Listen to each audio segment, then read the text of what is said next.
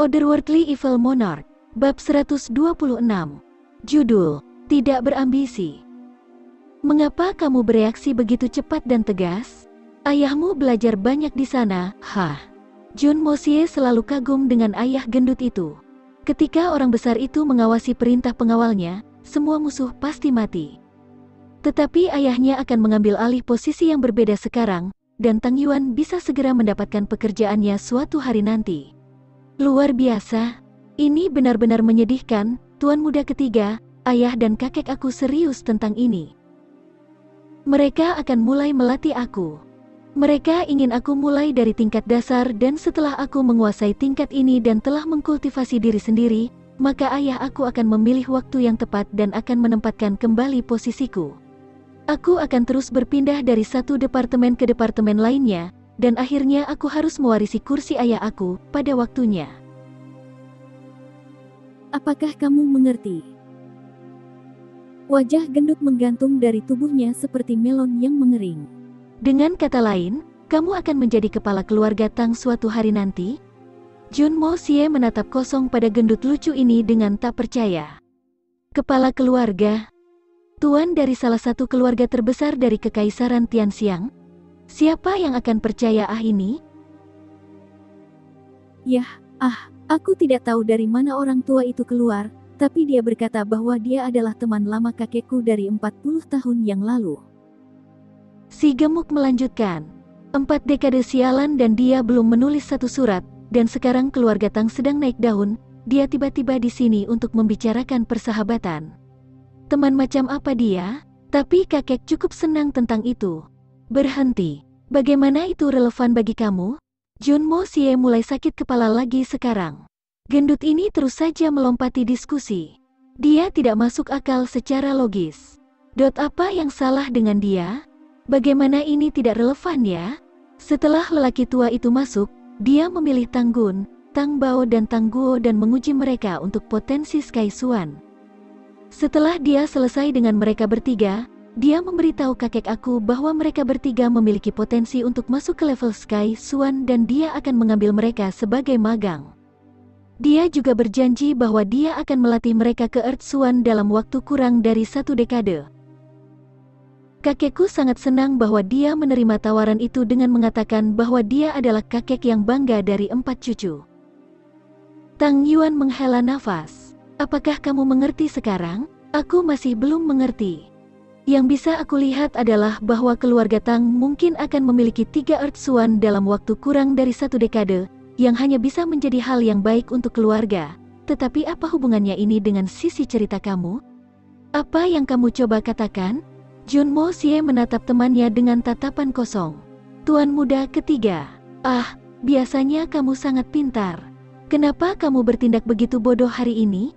3 kakak laki-lakiku mengejar guru mereka. Jadi apa yang terjadi dengan keluarga sekarang? Seseorang harus mewarisi tanggung jawab? Dan bukankah aku satu-satunya yang tersisa? Keluarga seperti kita, apakah besar atau kecil, memiliki satu kesamaan. Orang yang bertanggung jawab atas keluarga harus memastikan bahwa keluarga terus bertumbuh. Untuk memastikan itu, pemimpin keluarga harus melatih calon yang cocok, laki-laki dan perempuan, dan kemudian mengubahnya menjadi pengikut setia.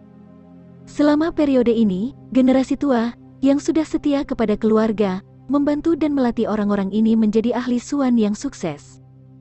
Kemudian, mereka secara bergiliran melatih generasi berikutnya, dan mengembangkan kekuatan mereka, dan ini terus terjadi dari satu generasi ke generasi berikutnya.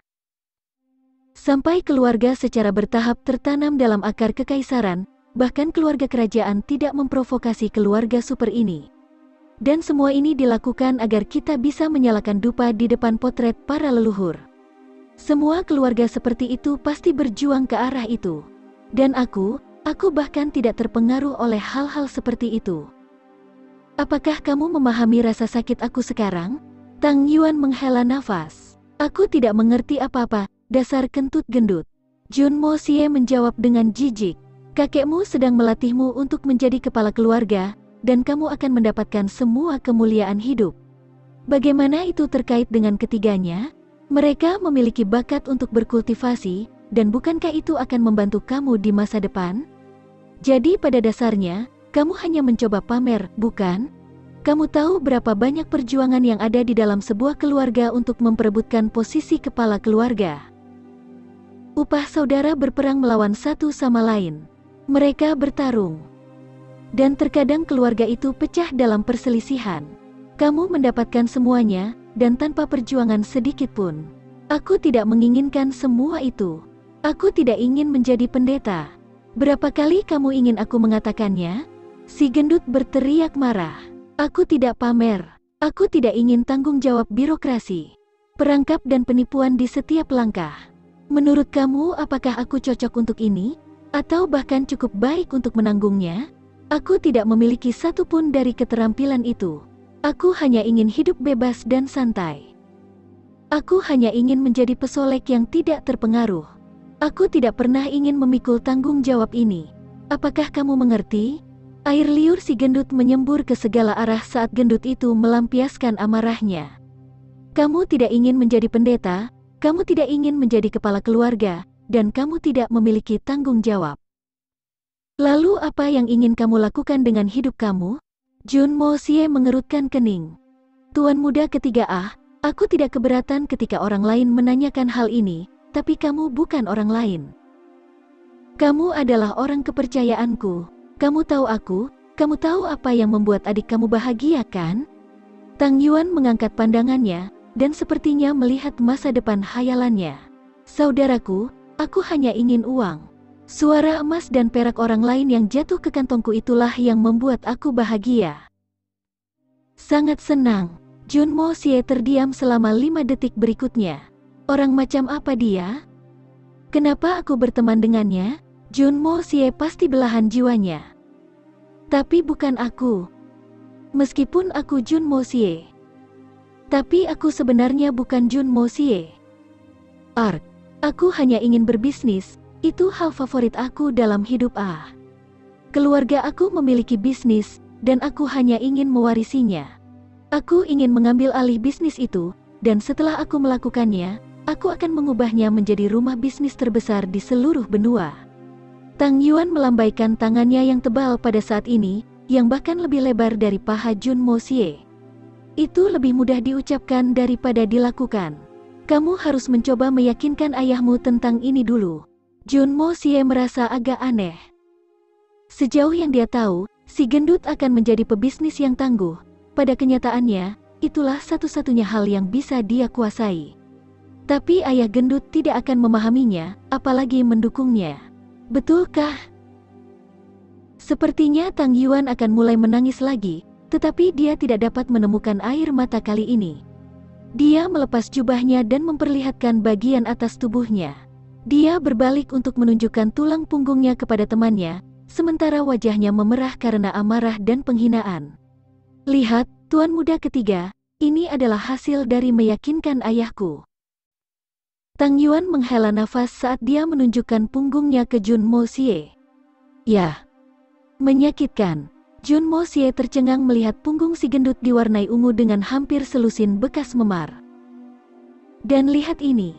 Gendut berbalik dan menunjuk perutnya. Ada 5 atau 6 tanda kaki di perutnya yang gemuk.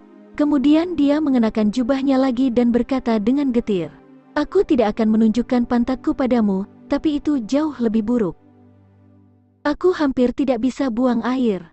Kamu telah dipukuli seperti ternak." Jun Mo Sie tercengang. Sepertinya kamu tidak bisa berbuat apa-apa, jadi sebaiknya kamu tidak mencoba. Karena ayahmu sedang menuju puncak, aku yakin kamu tidak akan memiliki banyak masalah, dan kamu akan dapat mengatasi tekanan dengan cukup mudah. Bahkan jika aku bersedia menemukan solusi untuk kamu, aku rasa aku tidak dapat berbuat banyak. Tidak peduli apa yang kita pikirkan, ayahmu tidak akan mendengarkannya. Aku menyarankan agar kamu dengan jujur mencoba menjadi pendeta untuk saat ini, dan kemudian menggantikannya untuk saat ini. Jun Mo Sie tiba-tiba terdiam. Tindakan tak berperasaan macam apa yang orang rela lakukan untuk kekuasaan. Dia bahkan tidak bersikap mudah pada puteranya sendiri. Tang Yuan dipaksa untuk menuai di tempat yang belum dia tabur. Dia jelas akan sangat enggan tentang hal itu. Tapi pria macam apa ayahnya? Apakah dia lebih jahat dariku? Apakah aku bisa melakukan sesuatu seperti ini? Aku tidak akan melakukan itu. Aku lebih baik mati. Tang Yuan berdiri dengan keras, dan mengangkat tangannya ke dadanya saat dia mengucapkan sumpahnya dengan tatapan tegas adalah matanya. Aku tidak akan mengambil alih kursi Tuan Besar. Aku tidak akan menjadi pendeta. Dalam hidup ini, aku hanya akan menghasilkan uang. Bang! Junmo Xie menatap kosong saat kursi yang sebelumnya menempel di pantat si gendut, akhirnya jatuh ke lantai. Dia belum pernah melihat badut seperti ini sebelumnya. Tidak di dunia ini, atau di dunia sebelumnya. Aku tidak akan menyimpang dari cita-citaku, dan semua kepemilikan dan insentif orang tuaku tidak akan menyimpang dari jalanku. Si gendut tampak cukup tegas. Dan aku akan membodohi Kasim itu, Zhou Lao. Kasim Zhao Lao, sebuah ide muncul di benak Junmo Xie saat dia mengucapkan kata. Tang Yuan akan menjadi pengusaha yang sangat baik, tetapi keluarganya tidak akan mengizinkannya berbisnis. Tapi jika aku membantunya, maka kita bisa memulai kemitraan bersama. Dan kita bisa mengumpulkan banyak uang dari waktu ke waktu.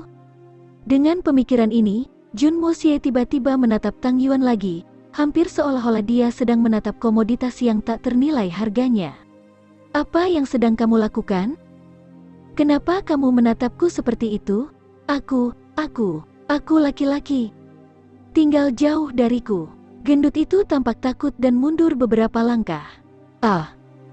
Organ dalam Junmo Xie dikirim jatuh karena pikiran itu, dan dia hampir tidak bisa mengendalikan muntahannya. Yah, aku tidak ingin mendengarkan lebih banyak omong kosongmu. Kamu mengatakan bahwa kamu akan membodohi Kasim Zulao itu, bagaimana? Junmo Xie memutar matanya. Kasim Zulao cukup dekat dengan Kaisar, itulah sebabnya Junmo Xie memperkirakan pria itu pasti seorang ahli. Nama asli Kasim Zulao adalah Zhu Zhu, yang cukup lucu, tetapi pria ini dikenal oleh orang-orang seperti Jun Zantian dan Dugu Wudi, dan cukup sering mengunjungi mereka. Dengan demikian, hanya dapat diperkirakan bahwa pria itu sendiri pasti cukup ahli, dan tentunya bukan manusia biasa.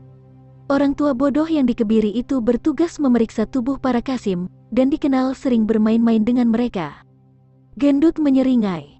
Saudaraku, meskipun tubuhku sedikit gemuk, tapi aku sangat sehat, dan aku tidak memiliki penyakit apapun, jadi aku akan lulus dengan pasti. Itu adalah perhatian utamaku. Si gendut menepuk perutnya dengan rasa bangga. Kudengar orang lain, pemeriksaan medis Murong Qianjun sangat brutal, dan si bodoh tua itu memutar penisnya untuk waktu yang lama. Murong Qianjun pucat setelah itu. Pemeriksaan. Sebenarnya, dia terlihat berjalan dengan kaki lebar selama 2 minggu berikutnya. The Gendut tampaknya mendapatkan hiburan dari rumor tersebut. Apakah kamu masih merasa baik tentang ini? Aku pikir kamu harus segera mulai berlatih berjalan seperti itu. Junmo Xie tertawa lagi, saat dia dengan lucu menatap bakso gemuk itu, mencoba membayangkan bagaimana dia akan melihat situasinya. Ya, Tuan Ketiga, kamu harus membantu aku tidak ingin berjalan dengan kaki lebar. Tang Yuan segera menyadari betapa beratnya nasibnya yang akan datang. Pemeriksaan kesehatan. Akankah dia memeriksa tubuhmu telanjang? Junmo Xie berpikir sejenak, dan mendapatkan sebuah ide. Dia mengulurkan jarinya dan membuat isyarat menusuk. Apakah dia juga akan memeriksa bagian belakangmu?